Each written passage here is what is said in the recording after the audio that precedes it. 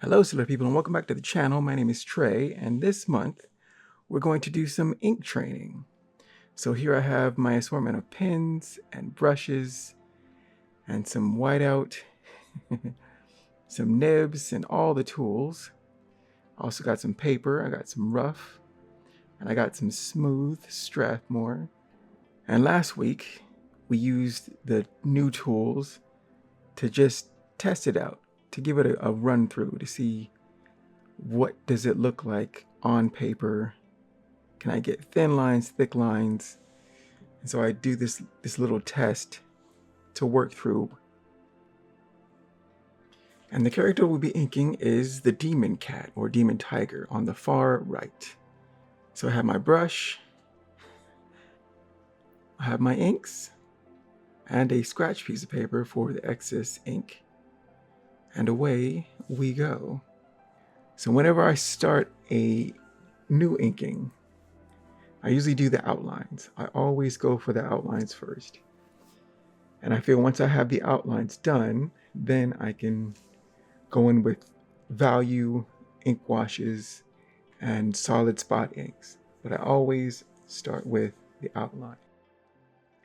And I do that because I like to scan, and once I scan it, then I have it saved as an archive just in case I mess up, because you never know what can happen. And once I have that safety net there, then I go in and do more refinements. And head first, I go from upper left to lower right to try to keep my hand from going through ink that I've done this quite a few times and ruining things by dragging your hand through wet ink. So upper left to lower right. Doing the outside, lighter lines on top, more thicker lines on the bottom of objects, like undersides of chin, undersides of hair, undersides of clothing and equipment. And that's usually my standard method. And using this brush, Winsor and Newton Series 7, number 3. And these are pretty expensive, and I've become too afraid to use them, but I'm like, hey, we got to get our reps in. So usually I use the brush pens from Copic or other manufacturers where it already has the ink within it, and you can squeeze it and get the ink towards the tip, and that's great for practice. But I always wanted to learn with an actual brush.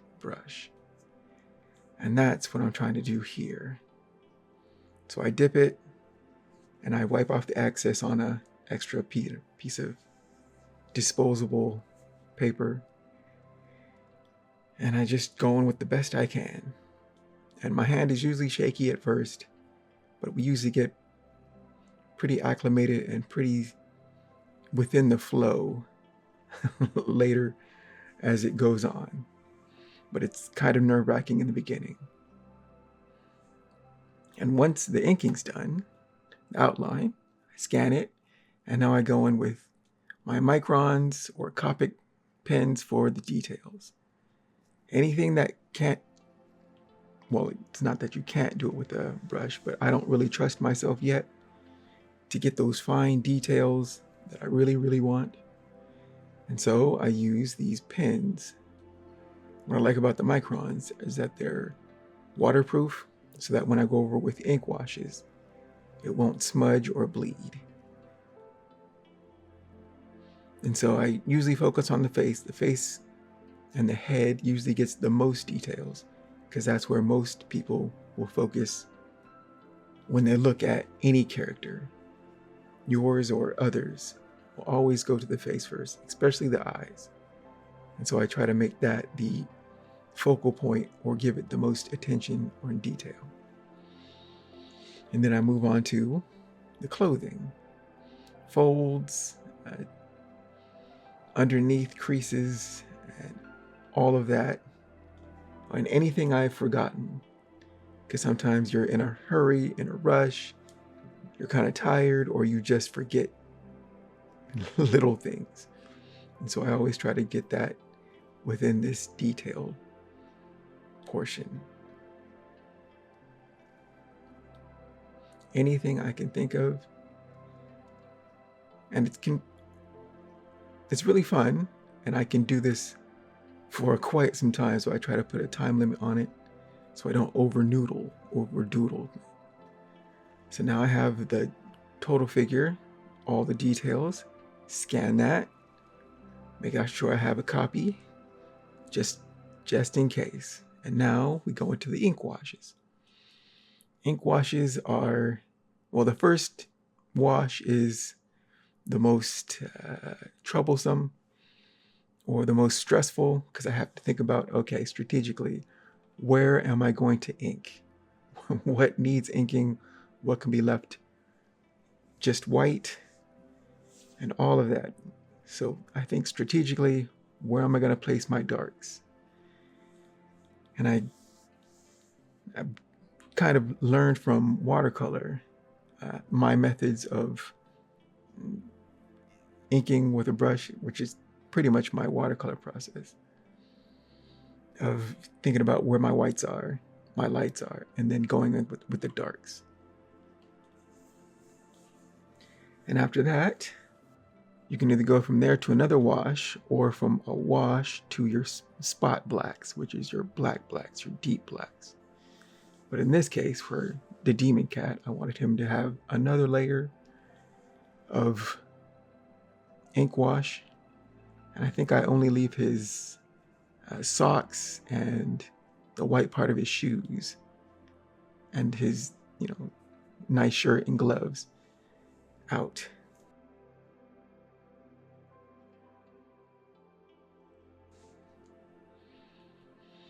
And that was my ink washes stage. Of course, I scan that, and now, or you could take a picture. Take pictures, use it easier, but I like to be sure. And now it's time for the spot blacks, my dark blacks. And I do this in 2 layers. First one is just for coverage, and then the second layer will be just to make sure my blacks are dark enough to solidify them. So anything that is the darkest part, add those in, again, strategically placed so that I'm not going over things that I don't want to go over. Like most of his costume or look, this little uniform that he has, he's kind of a mage in my mind. So I always think of Harry Potter or other mages where they have robes. And so he has this little uniform, Harry Potter-ish type look to him. And so he had this little cape is black, and his hair is black, and I try to play with it. And after the deep blacks, I go in with another ink wash to get a little bit of separation for his uniform. And it's nothing major, it's just a little bit of more of the ink wash. And now we're going to do an ink wash with bleeding in of some darker blacks or spot blacks to make it just a little bit duller than black, your spot blacks, your deepest true blacks, with just a little bit of water added in. Well, laid down first before you put in the blacks. And then I go in once again with my deepest spot blacks, just to make sure that I have everything that I want to be deep, or true deepest blacks to read as such. This is just what I do. Others would say just, one layer is fine. But everyone does it their own way. And this is how I do it. And that is blacks. And now it's time for just some added touch-ups for some shadow areas of his costuming, just to make things pop a little bit where I want them to. But he's looking pretty good so far. Hopefully I didn't just jinx that. And now it's time for the cleanup phase, or the ending part, which is some minor detailing, getting out all the little things that I want to get that I might have forgotten earlier, like his eyes. I wanted them to be, since he's a DemonCat, the white part of his eyes are all black. So I wanted to emphasize that. His nose, other minor areas. It's where sometimes I don't get it in the brushwork. These little tiny little bits. And I do that as the final pass. This is more like a cleanup phase for my inking. So I bounce around, and anything that I see, I try to work on. And now I have this white jelly roll pen that I use for minor touch-ups, mostly like a whiteout phase. This is part of my whiteout phase. And it's best seen on things like the ink wash, where it'll make some of the edges pop. And I also have whiteout, which is, I forgot it's under eyes. So the whiteout, it comes out pretty fast, so I try to use it very sparingly. But I also have a X-Acto knife if I need to scrape, in case I get too close to the image. Minor touch-ups and details, and anything I notice, I come back and I clean it up. And that was my whiteout and my white jelly roll, just to catch some add some highlight to it. And I always notice things. It's like, was that there before? And so I just touch those up. And again, back to the pens, doing some minor detailing just before I wrap this up. And that is DemonCat.